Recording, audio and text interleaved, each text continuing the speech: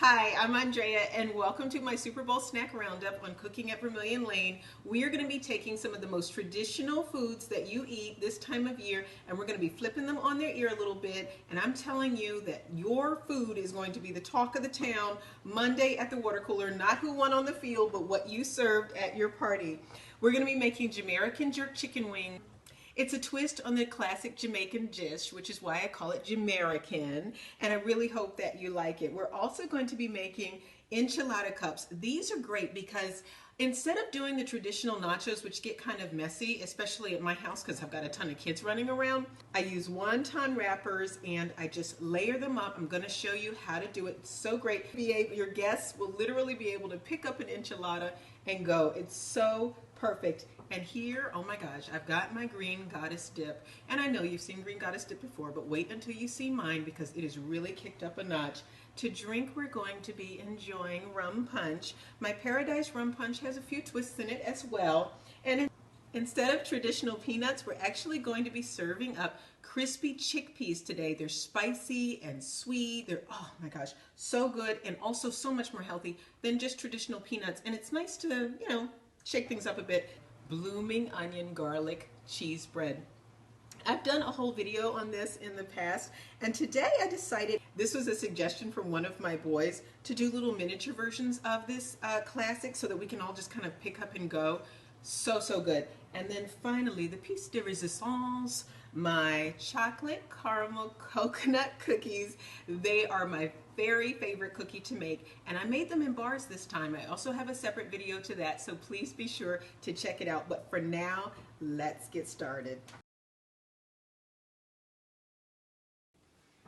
So I know this probably looks like a wickedly gratuitous costume change, but I promise it's not. This is the night before my Super Bowl snack roundup, and I'm going to show you how I get flavor from the skin all the way to the bone in my Jamerican Jerk Chicken Wings. And I achieve that by using incredibly bold flavors, but also making sure that I have this marinade on the meat for at least 24 hours. So this is what it looks like. I start with onions in my food processor. I've got one whole yellow onion here, and then I'm going to go in with a handful of parsley. You're not going to find that in a traditional jerk chicken, but I really like the kind of lemony, bright flavor that it imparts. Then I'm going in with 6 green onions, and I've got them chopped into about, I guess, 1.5 2-inch pieces. And then thyme. Thyme and chicken just go together so beautifully.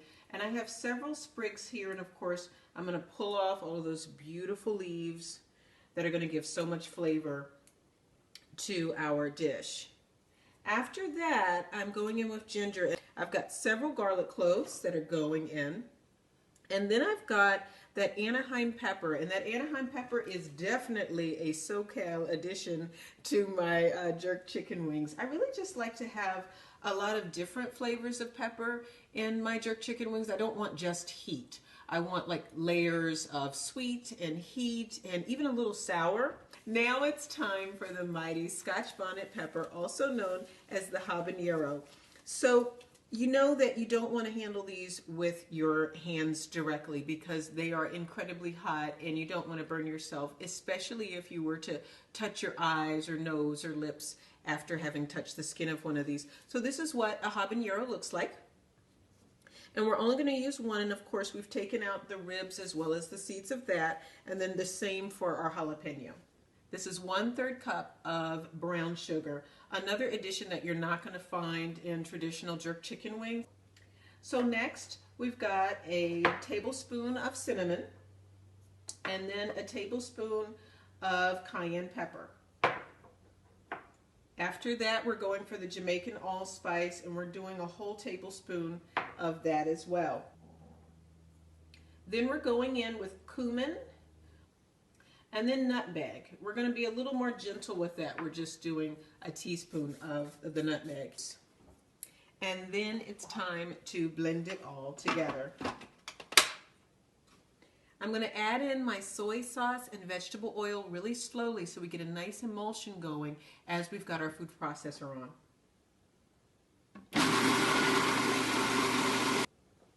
Now for my secret ingredient, and this is what really sets my jerk chicken wings apart.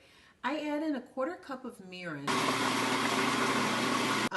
Invest in these gallon-size zip-top bags for your chicken, for marinating any meat really, because you want to make sure that it doesn't drip into your refrigerator.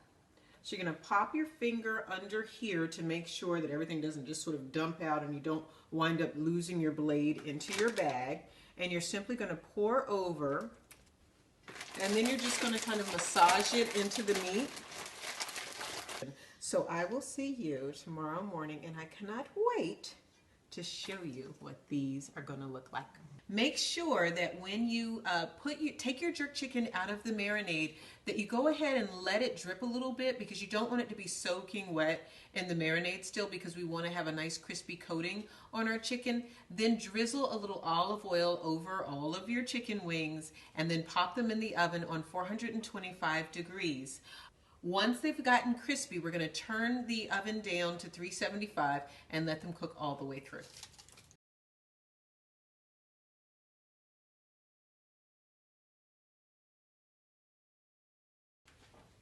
So while our chicken is poaching for our To Each His Own Enchiladas, I'm going to get started on the green goddess dip. And this green goddess dip is a little bit different from the other recipes that you'll see online. We've got a lot of greens going on, but in place of where you'll often find tarragon, I'm actually going to be using anise seed. And we'll get to that in just a second. So we're going for a really big bunch, about 1/2 cup of basil leaves. And then, of course, even more green with our parsley. Then you're going to pop in about anywhere from 12 to 16 chive sprigs that you've cut in half or in thirds. Then about 1 tablespoon of chopped white onion. And lastly, we've got our anchovies. Now, whether you're a fan of anchovies or not, don't worry, you're not going to taste them in this dish. It's going to give us a really salty bite to our dish, and you're really going to love it. I encourage you to try it and not skip that step. Next, we're going to add Greek yogurt. It's going to make our dip so luscious and thick, but at the same time really smooth. It's really beautiful. And then, of course, mayonnaise to bind everything.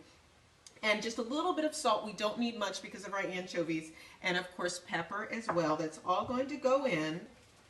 Then we're going to drop in that anise seed that we talked about 1/4 teaspoon of that. So finally, juice of 1/2 lemon, and we're ready to get blended. Tuck your finger under and pour your dip into a beautiful bowl.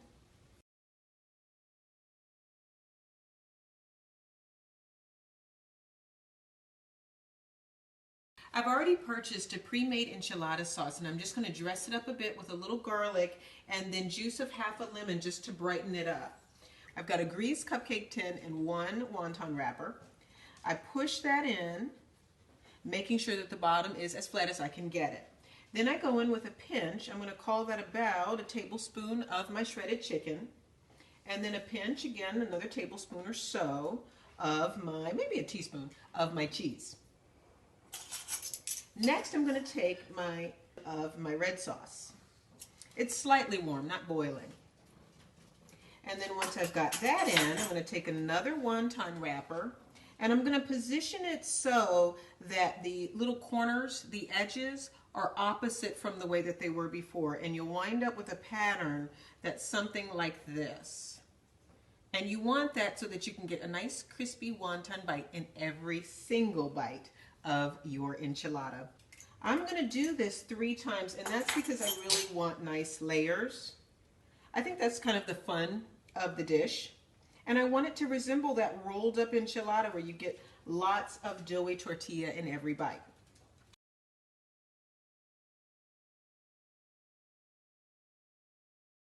I've washed, drained, and dried 2 cans of chickpeas, also known as garbanzo beans.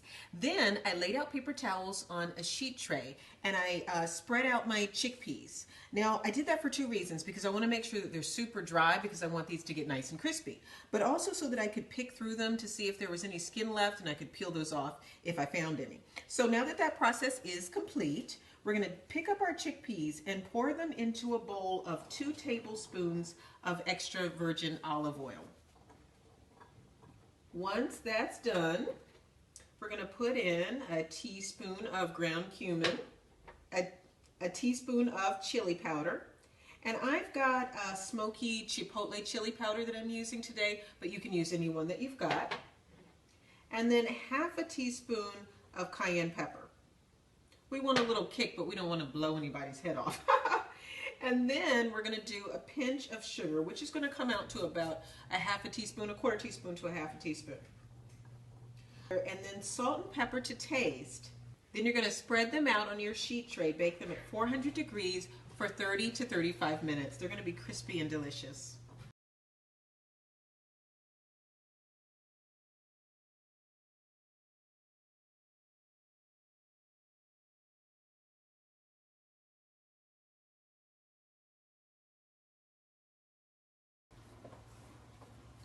Thank you so much for joining me for my very first Super Bowl snack roundup. I hope to do this many years to come.